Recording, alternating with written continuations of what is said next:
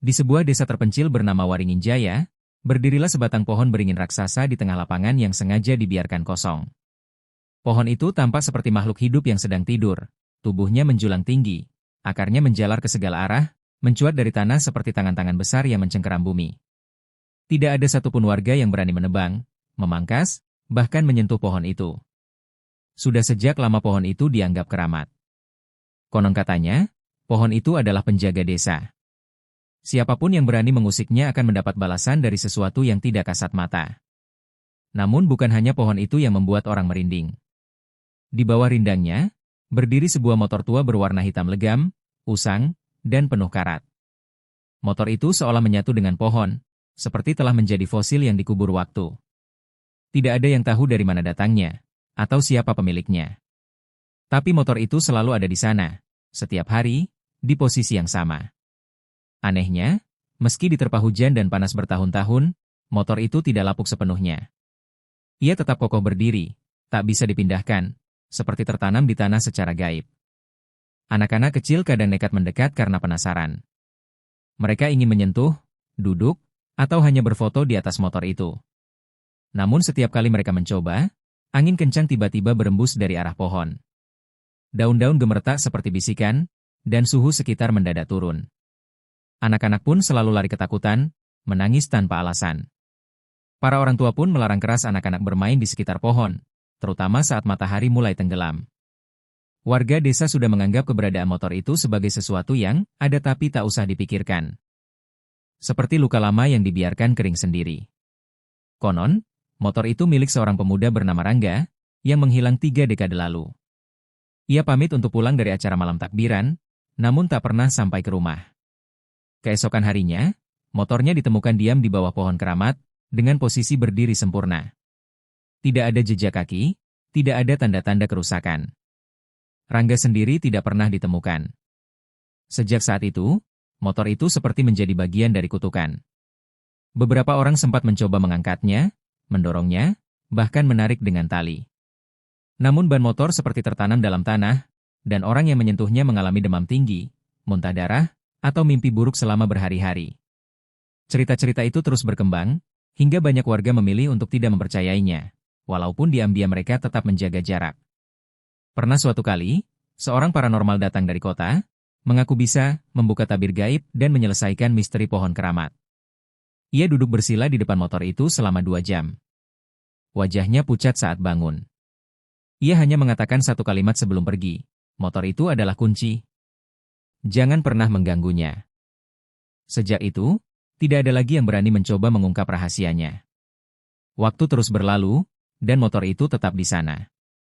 Tak tergoyahkan, seolah sedang menunggu seseorang, atau sesuatu. Warga desa semakin terbiasa, meski rasa takut itu tak pernah benar-benar hilang. Mereka hanya berharap, selama motor itu tidak disentuh, tidak akan ada yang bangkit dari pohon keramat itu. Namun malam itu berbeda. Saat hujan deras turun membasahi tanah desa, suara yang tak pernah terdengar selama puluhan tahun akhirnya muncul lagi. Suara mesin motor yang menyala sendiri. Dan tak seorang pun berani keluar untuk melihatnya. Hujan mengguyur desa Waringin Jaya sejak sore. Petir menyambar langit kelabu, dan angin malam mengaduk dedaunan pohon beringin yang berdiri angkuh di tengah lapangan. Suasana terasa lebih gelap dari biasanya. Rumah-rumah tertutup rapat, jendela dikunci, dan lampu-lampu temaram bergetar terkena hembusan angin. Namun di tengah gemuruh hujan itu, terdengar suara yang membuat bulu kuduk meremang.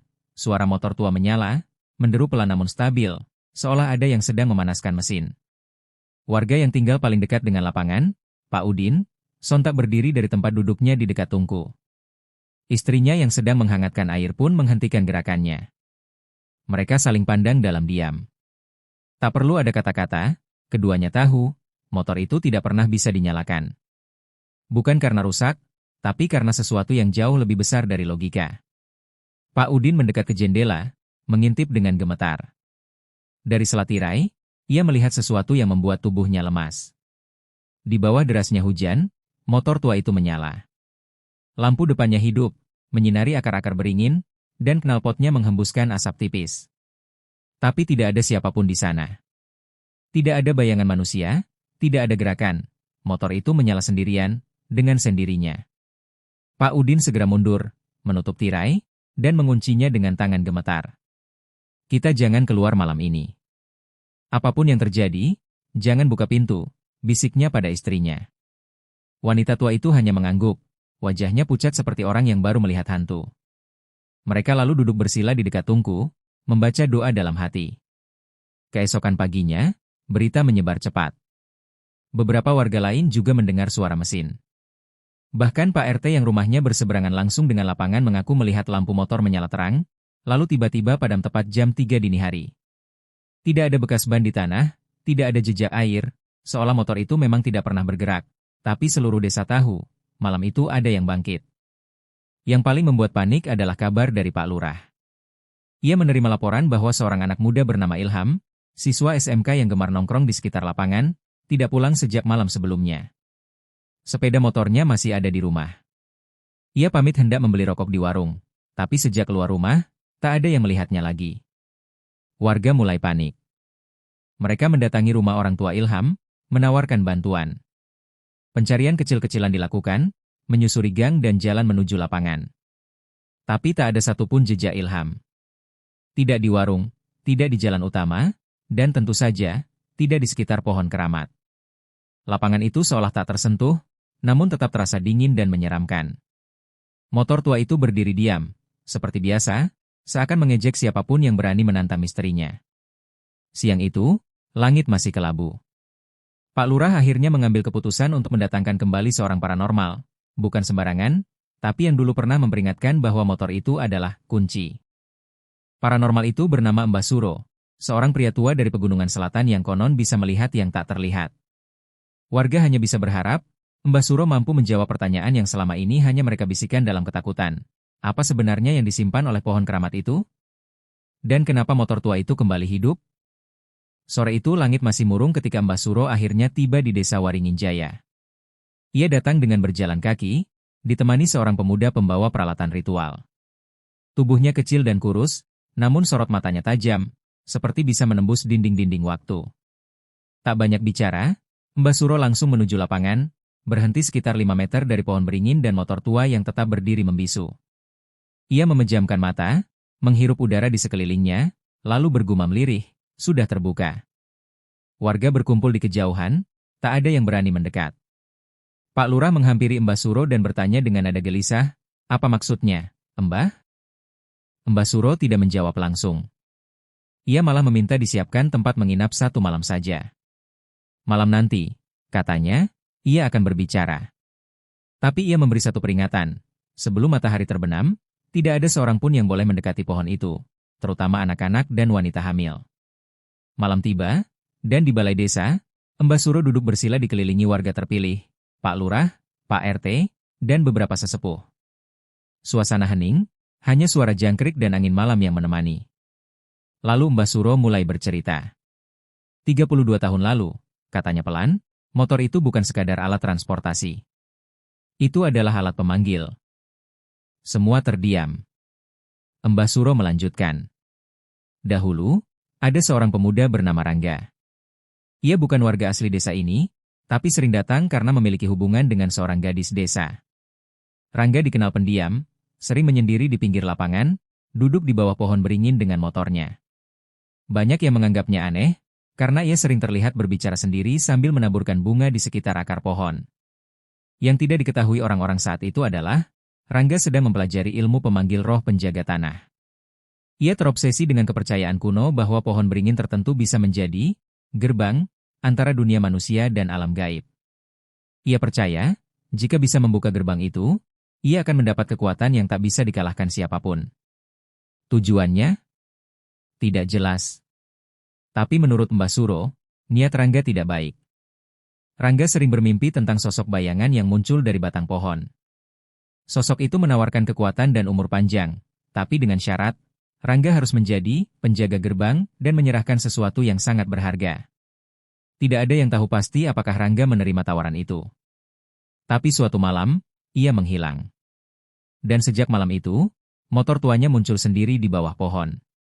Mbah Suro percaya, motor itu adalah bagian dari perjanjian gaib yang Rangga buat. Ia tidak sempat keluar dari gerbang yang ia buka. Jiwanya atau apapun yang tersisa dari dirinya, terperangkap di antara dua dunia. Dan motor itu menjadi penanda, menjadi segel. Sejak saat itu, pohon itu berubah. Ia bukan hanya keramat, ia menjadi tempat tertutup yang menyimpan sesuatu dari luar dunia ini. Kini, kata Mbah Suro, segel itu mulai melemah. Entah karena usia, entah karena gangguan manusia, atau mungkin karena sesuatu di dalam sana mulai bangkit. Dan suara motor yang menyala sendiri adalah pertanda bahwa gerbang sedang terbuka sedikit demi sedikit. Jika tak ditutup, hal-hal yang lebih buruk akan keluar. Dan menghilangnya ilham, mungkin adalah bagian dari proses itu. Pak Lurah terdiam. Wajahnya pucat. Jadi, bagaimana kita menutupnya kembali, Mbah? Tanya salah satu warga. Mbah Suro menatap mereka semua dan menjawab dengan dingin. Kita harus menemukan apa yang belum dikorbankan. Atau mengorbankan yang baru. Keesokan paginya, Desa Waringin Jaya kembali diselimuti kabut tipis. Warga masih membicarakan pertemuan semalam, dan sebagian mulai ketakutan, terutama keluarga Ilham. Ibunya terus menangis, sementara ayahnya lebih banyak diam, memandangi halaman rumah seperti sedang menunggu seseorang pulang. Di balik kegelisahan itu, Pak Lurah diam-diam meminta Mbah Suro untuk menyelidiki lebih jauh tentang Ilham. Bukan hanya soal hilangnya, tapi soal siapa dia sebenarnya. Mbah Suro setuju. Ia merasa ada sesuatu yang belum diberitahukan oleh keluarga Ilham. Maka, ia datang ke rumah itu sore harinya, disambut dengan mata sembab dan wajah penuh harap. Di ruang tamu yang sempit, Mbah Suro duduk bersila dan mulai bertanya, "Kalian tahu siapa Rangga?" Suasana langsung berubah. Sang ayah, Pak Raffi, terdiam cukup lama sebelum akhirnya menjawab pelan, "Aku saudaranya." Jawaban itu membuat Mbah Suro terpaku. Tak hanya itu, ternyata Rangga adalah kakak sepupu dari Pak Raffi. Dulu, Rangga sering menginap di rumah mereka setiap kali datang ke desa. Mereka sangat dekat, seperti saudara kandung. Tapi ketika Rangga mulai berubah, suka menyendiri dan bicara hal-hal aneh tentang penjaga pohon, keluarga mulai menjauh. Hingga suatu malam, Rangga menghilang dan keluarganya menyembunyikan hubungan mereka untuk menghindari cap buruk dari warga. Jadi Ilham? Tanya Mbah Suro. Sang ayah mengangguk. Ilham tak pernah tahu. Tapi, dia adalah keponakan Rangga. Darahnya masih mengalir dalam tubuh anakku. Mbah Suro menghela napas panjang. Ia akhirnya mengerti. Ikatan darah itu adalah alasan kenapa Ilham menjadi panggilan bagi entitas yang terperangkap di bawah pohon. Ia bukan sekadar anak hilang, ia adalah pengganti. Malam itu, Mbah Suro melakukan meditasi khusus di kamar belakang rumah Pak Raffi. Ia menabur garam, kembang 7 rupa, dan membakar dupa khusus. Dalam hening malam, ia mencoba menjangkau keberadaan Ilham lewat alam bawah sadar. Yang ia lihat adalah lorong gelap di bawah akar pohon, dan Ilham berdiri di sana, ketakutan, dikelilingi bayangan hitam tak berbentuk. Ia tidak mati. Tapi jiwanya terjebak di batas antara dua dunia. Begitu Mbah Suro membuka matanya, peluh membasahi seluruh tubuhnya. Kita masih bisa menyelamatkannya, katanya pelan, tapi kita harus menutup gerbang itu. Dan untuk melakukannya, seseorang dari darah yang sama harus kembali ke sana membawa kunci. Pak Raffi tersentak. Kunci? Apa maksudmu? Mbah Suro menatapnya serius, motor itu. Itu bukan kendaraan. Itu adalah segel. Dan hanya darah keluarga Rangga yang bisa mengendalikannya sekarang. Mendengar itu, Pak Raffi terdiam cukup lama. Ia mengerti apa maksudnya. Ia harus naik motor itu.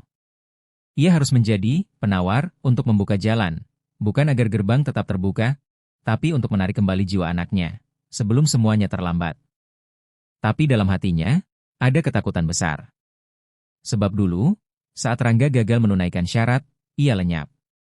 Dan jika Raffi gagal, maka ia akan menyusul. Namun, bagi seorang ayah, tak ada pilihan lain. Langit tampak lebih gelap dari biasanya ketika malam itu datang. Awan menggumpal tanpa hujan, angin berhembus pelan namun dingin menggigit tulang. Di tengah lapangan, di bawah pohon beringin keramat, motor tua itu masih berdiri diam, seperti menanti seseorang. Pak Raffi berdiri beberapa meter darinya, ditemani Mbah Suro dan beberapa warga yang nekat membantu. Tidak ada suara. Bahkan jangkrik pun seolah memilih bungkam malam itu. Mbah Suro menggambar lingkaran di tanah dengan kapur putih, lalu menaburkan garam di sekeliling motor. Di dalam lingkaran itu, ia menaruh sesajen, kembang 7 rupa, dupa menyala, dan sehelai kain kafan yang ia bawa dari pegunungan. Ini bukan sekadar ritual, bisiknya kepada Pak Raffi. Ini negosiasi. Dan kau harus menyiapkan diri bukan hanya tubuh, tapi juga jiwamu. Pak Raffi hanya mengangguk. Wajahnya tegang, namun matanya menunjukkan tekad. Ia melangkah masuk ke dalam lingkaran. Begitu kakinya menyentuh batas garam, udara sekitarnya langsung berubah. Angin berhenti, dedaunan kaku, dan suara gemuruh samar terdengar dari bawah tanah. Motor itu bergetar. Seperti makhluk hidup yang mulai bangun dari tidur panjang. Mbah Suro mulai membacakan mantra dengan suara rendah dan bergetar. Kata-kata kuno mengalir dari mulutnya, seolah bukan miliknya sendiri. Pak Raffi menatap motor itu, lalu mengulurkan tangan. Ia menyentuh stang yang dingin seperti es. Dalam sekejap, matanya memanas, jantungnya berdetak cepat, dan pikirannya dihantam oleh bayangan yang datang bertubi-tubi, gambar-gambar aneh, jalan berputar, sosok tanpa wajah, dan suara ilham memanggil-manggil dari kejauhan. Dengan susah payah, ia menyalakan motor itu. Sekali, 2 kali tak berhasil.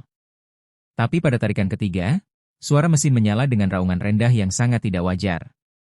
Lampu motor hidup, namun yang terpancar bukan cahaya biasa. Cahayanya ungu kehijauan, seperti aurora neraka yang membuka jalan ke dimensi lain. Pak Raffi menghela napas, lalu duduk di atas motor, memegang erat stang dan menatap lurus ke depan. Mbah Suro memberi aba-aba. Kau akan dibawa ke lorong batas. Jangan turun, jangan melihat ke belakang, dan apapun yang kau dengar, jangan jawab. Motor itu perlahan bergerak sendiri. Tanpa gas, tanpa kendali. Tanah di bawah roda seolah terbelah, membentuk celah hitam yang bersinar. Dalam hitungan detik, motor itu dan Pak Raffi tenggelam ke dalam tanah, seperti diserap oleh akar pohon itu sendiri. Warga menjerit, namun Mbah Suro menenangkan mereka. Tenang. Ini bagian dari perjalanan. Kita hanya bisa menunggu. Namun diam-diam, dalam hatinya, Mbah Suro tahu, tidak semua orang bisa kembali dari lorong batas. Bahkan yang paling kuat sekalipun bisa tersesat selamanya jika tidak punya alasan yang cukup kuat untuk pulang. Dan satu-satunya alasan Pak Raffi hanyalah cinta seorang ayah. Sementara itu, di tempat yang tak dikenal, Pak Raffi merasakan dirinya melaju di atas jalan yang tidak berujung. Di kiri dan kanan, hanya kegelapan. Tapi di kejauhan, samar-samar ia melihat bayangan, seorang anak laki-laki berdiri menatapnya. Itu Ilham. Masih hidup, tapi terikat oleh tali hitam yang menjulur dari akar-akar yang menggantung di udara. Pak Raffi mengencangkan pegangan dan berteriak, "Ilham! Ayah datang!" Dan saat itulah, sesuatu yang besar dan sangat marah, bangkit dari dalam gelap. Ia tahu, penjaga lama tak mau kehilangan korban berikutnya. Pak Raffi terus melaju, namun jalan di bawah rodanya terasa seperti melayang. Tanah tidak lagi terasa keras, udara di sekeliling berubah menjadi cairan hitam kental. Suara motor meraung, namun terdengar seperti gema yang terdistorsi. Di kejauhan, Ilham masih berdiri, tapi kini di belakangnya muncul sosok tinggi, besar, dan tak memiliki wajah. Hanya kepala bundar seperti topeng hitam pekat, dan dari tubuhnya menjulur akar-akar beringin yang melayang seperti tentakel di udara.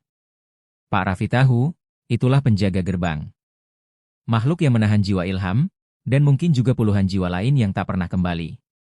Makhluk itu tidak bergerak, namun kehadirannya seperti menyedot semua cahaya dan harapan. Motor Pak Raffi melambat sendiri, seolah mulai ditarik oleh gravitasi makhluk itu. Stang bergetar, dan angin menjadi sangat berat. Jangan berhenti, jangan berhenti. Raffi berteriak pada dirinya sendiri. Tiba-tiba, suara lirih terdengar di kupingnya, meskipun tak ada siapa-siapa. Tinggalkan dia, dan kau bisa kembali. Suara itu seperti keluar dari dalam tulang. Dingin, menggoda, dan penuh tipu daya. Raffi menggertakkan giginya. Ia tahu suara itu bukan berasal dari Ilham. Itu suara penjaga, menawarkan jalan pulang dengan syarat meninggalkan anaknya. Raffi menutup telinga dan terus melaju, tapi jalan di hadapannya mulai retak. Lorong batas mulai menolak kehadirannya. Dari sela-sela tanah, tangan-tangan hitam muncul, mencoba mencengkeram roda motor. Akar-akar melayang hendak memeluk tubuhnya, menariknya turun. Namun tiba-tiba, suara lain muncul, lebih lembut, lebih nyata. Ayah. Itu suara Ilham. Sekilas, Raffi melihat mata anaknya. Ketakutan, tapi hidup. Ia masih sadar. Itu cukup. Raffi berteriak sekuat tenaga, menancap gas, dan dalam lompatan berani, ia membelokkan motor ke arah Ilham. Tangan kirinya meraih anak itu, sementara tangan kanannya tetap mengendalikan motor. Dalam sepersekian detik, mereka bersentuhan. Dan begitu Ilham tersentuh, tali-tali hitam itu terlepas. Tapi penjaga gerbang tak tinggal diam. Ia meraung, suara dalam dimensi itu mengguncang seluruh ruang. Wajahnya membuka, bukan seperti wajah manusia, tapi lubang gelap yang mengisap semua arah. Motor Raffi mulai terangkat, ditarik ke arah lubang itu. Namun Ilham memeluk ayahnya erat. Dan di saat genting itu, motor tua itu mengeluarkan cahaya terang. Cahaya yang tidak berasal dari dunia ini. Ledakan cahaya menyelimuti semuanya. Penjaga gerbang menjerit, lalu perlahan tubuhnya larut menjadi abu. Lubang hitam mengecil. Lorong batas mulai runtuh. Jalan perlahan berubah menjadi akar dan tanah kembali. Motor itu kini seperti menjadi kendaraan cahaya, meluncur kembali ke dunia nyata dengan kecepatan tak terhingga. Di lapangan, warga yang masih menunggu terkejut ketika tanah di bawah pohon beringin retak dan meletup seperti terbuka. Dari dalamnya, motor tua itu muncul, dengan Pak Raffi dan Ilham di atasnya. Keduanya pingsan, tapi hidup. Motor itu padam perlahan, lalu mati sepenuhnya. Tak ada lagi getaran. Tak ada suara aneh. Hanya diam dan udara yang kembali hangat. Mbah Suro mendekat dengan mata berkaca. Mereka kembali, bisiknya. Dan gerbang telah ditutup. Malam itu, seluruh desa seperti bernapas lega. Pak Raffi dan Ilham berhasil kembali. Warga berkumpul di balai desa, memberikan doa dan ucapan syukur. Ilham, meskipun masih lemah, sudah bisa membuka mata dan bicara pelan. Aku mimpi, ya, katanya. Tapi mimpinya terasa lebih nyata dari hidup. Pak Raffi hanya tersenyum lelah, memeluk anaknya seperti tidak mau melepaskan lagi. Namun, Mbah Suro tidak ikut merayakan. Ia berdiri sendirian di pinggir lapangan, menatap motor tua itu. Motor itu kini mati total. Tak ada cahaya, tak ada getaran, bahkan catnya yang tadinya kelam kini terlihat kusam. Namun Mbah Suro tahu, benda seperti itu tak pernah benar-benar mati. Ia hanya tidur kembali. Ia berjongkok dan menyentuh tanah di sekitarnya. Masih hangat. Masih berdenyut. Keesokan harinya, Mbah Suro mengajak Pak Lurah dan beberapa warga ke bawah pohon beringin. Ia membawa alat ritual terakhir, kendi berisi air tanah suci dari 3 desa, dan kain mori putih. Ia ingin melakukan penguncian ulang, semacam segel spiritual. Ia menjelaskan, meski gerbang telah tertutup, tapi bekasnya tidak akan hilang begitu saja. Dan jika suatu hari seseorang dengan darah atau niat yang serupa kembali menyentuh motor itu, gerbang bisa terbuka lagi. Proses penguncian berlangsung khusyuk. Mbah Suro memercikan air tanah ke sekeliling pohon, lalu menutup motor dengan kain mori dan mengikatnya dengan tali rajah. Setelah itu, ia menancapkan sebuah patok kayu bertuliskan huruf-huruf kuno di depan pohon. Jangan disentuh. Jangan dipindahkan. Jangan ditanyai, kata Mbah Suro. Biar tidur selamanya di sini. Namun, menjelang sore, angin aneh kembali bertiup. Tidak kencang, tapi dingin dan menusuk. Daun pohon beringin bergetar dan patok kayu itu, yang baru saja ditancapkan, retak sedikit di ujungnya. Mbah Suro langsung menyadari, segel ini tidak akan bertahan lama jika tidak dijaga. Ia menoleh ke Pak Lurah. Aku butuh penjaga. Orang yang tahu batas, dan tidak rakus. Pak Lurah mengangguk. Ia menunjuk salah satu warga muda bernama Arya, pemuda tangguh yang selama ini banyak membantu. Arya menerima tugas itu tanpa banyak tanya.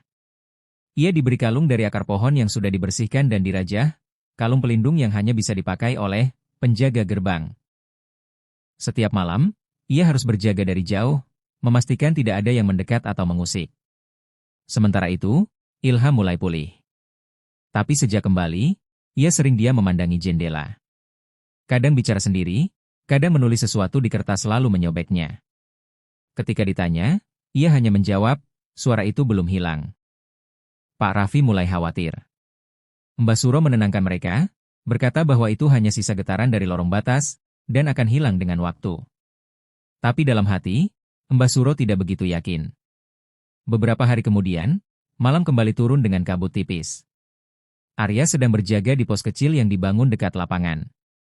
Ia mengamati motor tua itu dari kejauhan. Tiba-tiba, lampu motornya berkedip. Sekali.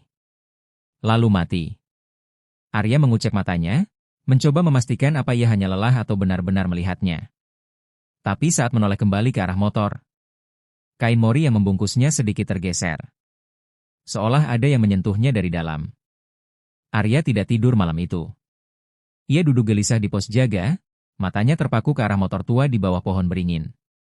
Kain mori yang tadinya membungkus motor itu kini memang terlihat sedikit tergeser.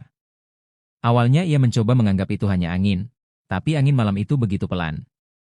Terlalu pelan untuk bisa mengangkat sesuatu seberat kain mori yang dibasahi air tanah suci. Ia mengambil senter dan berjalan perlahan mendekati motor, melewati tanah yang kini dilapisi garam dan daun kering. Semakin dekat ia melangkah, suasana semakin berat. Seperti ada tekanan tak terlihat menekan dadanya. Saat ia tiba di depan motor, ia menyalakan senter dan menyorot ke arah kain mori, dan ia melihatnya dengan jelas, kain itu memang tergeser. Tapi yang membuat Arya benar-benar merinding adalah bekas jari di debu pada tangki motor. 5 garis kecil. Seperti tangan anak kecil. Ia langsung mundur, menelan ludah, dan kembali ke pos jaga tanpa menoleh. Sesuai pesan Mbah Suro, kalau kau merasa ada yang mengamati, jangan lawan. Jangan tanya. Jangan dekat. Arya menyalakan dupa pelindung dan duduk sambil menggenggam kalung rajah di dadanya. Malam itu, ia tidak berani menutup mata. Dan dari kejauhan, entah hanya ilusi atau nyata, ia merasa melihat siluet anak kecil duduk di atas motor itu. Hanya diam. Menunduk. Keesokan paginya, Arya melaporkan semua ke Mbah Suro. Wajah orang tua itu langsung berubah tegang. Tangan anak kecil, gumamnya. Bukan Ilham. Ia langsung memerintahkan agar warga menjauh dari pohon, dan mengunjungi rumah Pak Raffi. Di sana, ia menemukan Ilham sedang melukis sesuatu di dinding kamar. Lukisan itu mengerikan, gambar motor tua yang terbakar, dikelilingi oleh sosok-sosok kecil tanpa wajah. Di tengahnya, ada anak kecil duduk membelakangi. Pak Raffi panik. Ilham mulai menggambar sejak subuh. Dia tidak bicara. Dia cuma gambar. Mbah Suro langsung tahu, ini bukan pengaruh lorong batas biasa. Ini adalah kontak. Jiwa Ilham rupanya masih menjadi jembatan, pintu yang tidak benar-benar tertutup, hanya dialihkan sesaat. Kita harus tahu siapa anak itu, tegasnya. Sebelum dia membangkitkan segel dari dalam. Mereka pun mencari arsip lama desa, dokumen kematian, laporan orang hilang, bahkan berita-berita tua yang sudah menguning.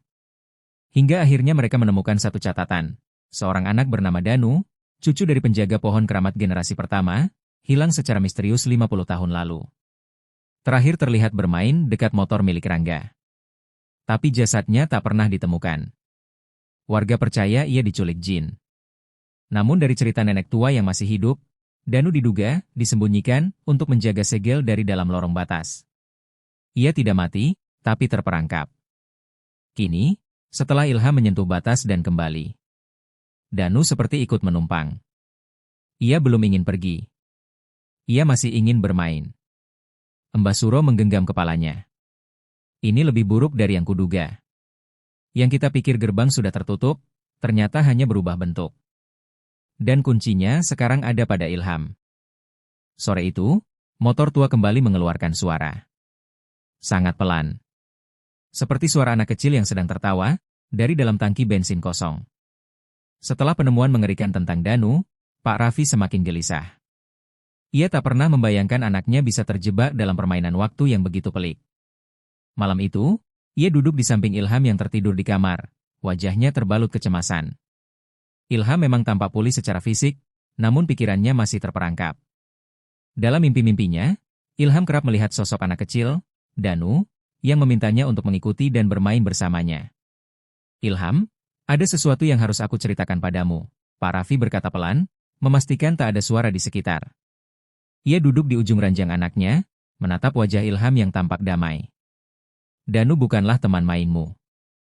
Danu adalah penjaga gerbang yang terperangkap. Ilham terbangun tiba-tiba. Matanya yang kosong menatap ayahnya dengan ekspresi bingung. Danu, adalah sahabatku, jawabnya dengan suara pelan dan jauh. Pak Raffi menelan ludah. Tidak, Ilham. Danu terperangkap. Ia berusaha keluar dari lorong itu.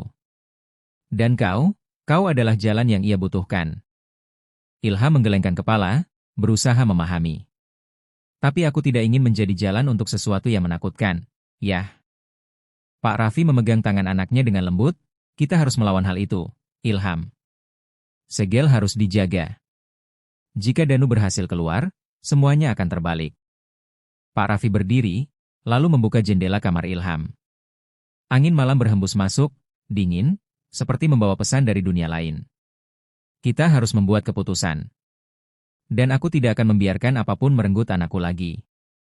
Ia menatap motor tua di halaman, yang tampak begitu sunyi, namun terasa seperti memancarkan daya tarik yang kuat. Sesuatu dari dalam motor itu masih menunggu.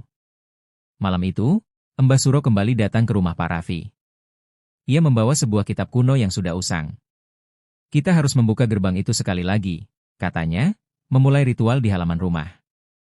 Ilham harus menjadi kunci untuk menutupnya selamanya, bukan untuk membuka lagi. Ilham yang terjaga dari tidur melihat semua orang berkumpul di halaman. Mereka menyalakan dupa, menaburkan garam, dan melingkari motor dengan simbol-simbol kuno. Mbah Suro memandang Ilham dengan tatapan berat. Anakku, kali ini kau harus menyentuh motor itu, tetapi dengan niat yang benar. Jangan mengikuti permainan Danu. Jangan biarkan dia menarikmu kembali ke dalam lorong. Ilham merasa terombang-ambing.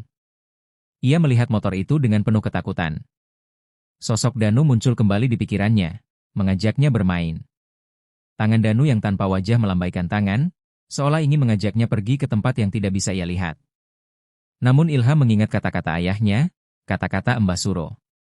Ia menarik napas panjang dan melangkah dengan tegas menuju motor tua itu. Saat tangan Ilham menyentuh stang motor, sebuah getaran luar biasa terasa mengalir ke seluruh tubuhnya. Mata Ilham terbuka lebar, dan ia mendengar suara rintihan, teriakan, suara anak-anak yang tertahan. Tidak, bisik Ilham. Tidak. Ia menggenggam stang motor lebih erat, berusaha menahan arus yang mengguncang tubuhnya. Mbah Suro segera mulai mengucapkan mantra penyegel. Namun semakin lama, suara-suara itu semakin keras. Semua ritual yang mereka lakukan terasa sia-sia. Raffi panik, lalu berlari mendekat, memegang bahu Ilham. Ilham. Ingat siapa dirimu. Ingat ayahmu. Ilham menatap ayahnya, mata penuh kebingungan dan ketakutan. Saat itulah, ia merasakan sesuatu yang berbeda.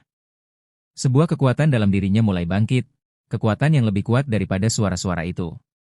Perlahan, ia menarik tangannya dari motor dan menoleh ke Mbah Suro. Aku tidak akan membiarkannya lagi, Mbah. Dengan penuh tekad, Ilham berdiri dan menatap motor tua itu. Aku menutupnya sekarang. Ilham mengangkat tangannya, dan dengan suara gemuruh, tanah di bawah motor mulai berguncang. Segel yang sudah lemah mulai memperbaharui dirinya. Namun, motor itu tidak rela. Lampu motor menyala terang, memancar ke segala arah, berusaha memanggil Danu kembali. Namun Ilham, dengan bantuan ayah dan Mbah Suro, akhirnya berhasil menutup segel itu dengan penuh kekuatan. Tiba-tiba, segalanya menjadi sunyi. Tanah kembali padat, dan motor itu, yang tadinya bergetar dan menyala, kini terdiam selamanya. Hanya ada sisa cahaya ungu yang perlahan memudar, hilang ke dalam kegelapan malam. Ilham jatuh terduduk, lemas. Sudah selesai, ya? Ujarnya pelan. Pak Raffi memeluknya erat. Iya, sayang sudah selesai.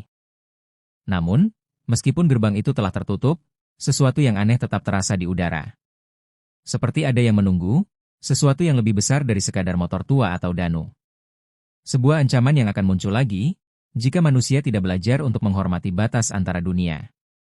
Hari-hari setelah peristiwa itu terasa tenang, namun seiring berjalannya waktu, sesuatu yang tak bisa dijelaskan mulai mengganggu pikiran Pak Raffi dan Ilham. Meskipun segel telah ditutup, dan motor tua itu kini hanya menjadi benda mati yang tak berdaya, rasa ketegangan itu tetap mengambang di udara. Ada perasaan bahwa semua yang terjadi hanyalah awal dari sesuatu yang lebih besar. Pak Raffi, yang sempat merasa lega, kini merasakan ada sesuatu yang mengawasi mereka dari kejauhan. Ia sering melihat bayangan yang bergerak di luar jendela, dan terkadang, suara mesin motor terdengar samar-samar di tengah malam. Ia mencoba untuk berpikir rasional, tetapi instingnya sebagai seorang ayah memberitahunya bahwa ada hal yang belum selesai. Ilham, meskipun sembuh dari pengaruh Danu, kadang-kadang mengalami mimpi buruk yang sama. Ia terbangun dengan mata penuh ketakutan, berteriak dan memanggil sosok yang ia kenal sebagai teman, Danu. Tapi Danu tidak ada lagi. Hanya bayangan yang selalu berusaha menariknya kembali ke dalam lorong yang sama. Suatu malam, Pak Raffi terbangun mendengar suara berderit dari halaman. Ia langsung membuka jendela dan melihat motor tua itu kembali, berdiri tegak di bawah pohon beringin, meskipun segel sudah dipasang kembali. Pak Raffi berlari keluar dengan panik, tetapi saat ia mendekat, motor itu terdiam, tidak bergerak. Ia menatapnya dengan cemas. Mbah Suro tiba-tiba muncul di belakangnya. Ada yang belum selesai, Pak Raffi, kata Mbah Suro dengan suara yang dalam, seakan berasal dari tempat yang jauh. Segel itu hanya untuk menahan, bukan untuk menghancurkan. Ketahuilah, segel bukanlah penghalang permanen. Ia hanya menjaga waktu, tapi waktu selalu bisa berputar kembali. Pak Raffi menatap Mbah Suro dengan kebingungan. Maksudmu? Apa yang belum selesai? Mbah Suro menarik napas panjang dan melangkah ke pohon beringin. Kita hanya menunda takdir. Lorong itu, motor itu, Danu, mereka semua bagian dari alur yang lebih besar. Mereka adalah penjaga yang ditugaskan untuk melindungi gerbang. Namun gerbang itu bukanlah satu-satunya pintu. Ada banyak gerbang lain, Pak Raffi. Dan motor itu adalah satu-satunya kunci yang bisa membuka dan menutup mereka. Mbah Suro menyentuh tanah di bawah pohon, merasakan getaran yang tak kasat mata. Gerbang ini tidak hanya untuk jiwa manusia, tetapi untuk kekuatan yang lebih gelap. Keberadaan motor itu, meskipun tampak tidak berbahaya, adalah kunci untuk membuka atau menutup pintu-pintu ke dimensi lain. Apa yang kita lakukan hanyalah memutus siklus sementara. Pak Raffi terdiam, merasakan kengerian yang mulai merayap kembali. Jadi, ini belum selesai? Belum, jawab Mbah Suro. Gerbangnya memang tertutup, tetapi penunggu, atau yang lebih tepatnya, penjaga, akan selalu mencoba untuk mencari celah. Kita harus menjaga motor itu selamanya. Jika tidak, kelak ia akan ditemukan oleh seseorang yang tidak tahu apa yang mereka temui. Saat itu juga, dari dalam pohon beringin terdengar suara angin berdesir. Namun, bukan angin biasa. Ada kekuatan yang merasuk dari dalam pohon itu, seolah memberitahu mereka bahwa waktu yang mereka tunggu telah datang. Mbah Suro menarik keluar sebuah objek kecil dari dalam tasnya. Sebuah kunci tua, tampak seperti kunci yang sangat kuno dan berkarat. Ini adalah kunci terakhir, katanya. Ini adalah kunci untuk menutup lorong sepenuhnya. Selama itu digunakan dengan niat yang benar. Pak Raffi menatap kunci itu. Tapi, apakah kunci ini akan menyelesaikan semuanya? Atau hanya menunda saja? Tidak ada yang tahu pasti, Pak Raffi. Tapi kita harus mencobanya. Jika kunci ini berhasil, mungkin ini satu-satunya cara untuk mengakhiri siklus ini. Jangan sampai ada lagi yang jatuh ke dalam jebakan ini. Pak Raffi memandang motor tua yang masih terdiam di bawah pohon. Tanpa kata, ia mendekat dan dengan hati-hati menancapkan kunci itu ke dalam lubang kunci yang terletak di tangki motor.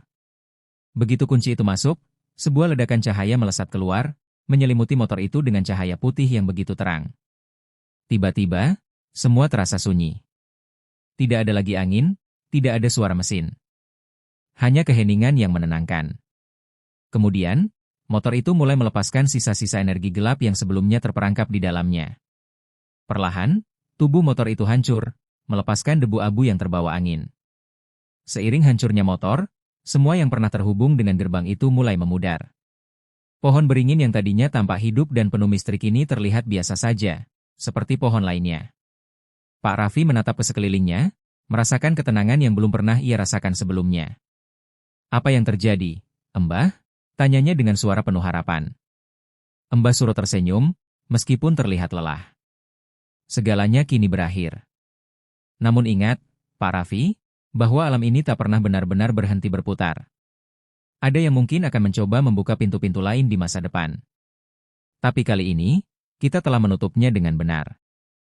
Pak Raffi menatap Ilham yang kini berdiri di sampingnya, masih lemah tetapi aman. Ia merasakan beban berat di dadanya mulai hilang, meskipun ia tahu bahwa tak ada yang benar-benar pasti di dunia ini.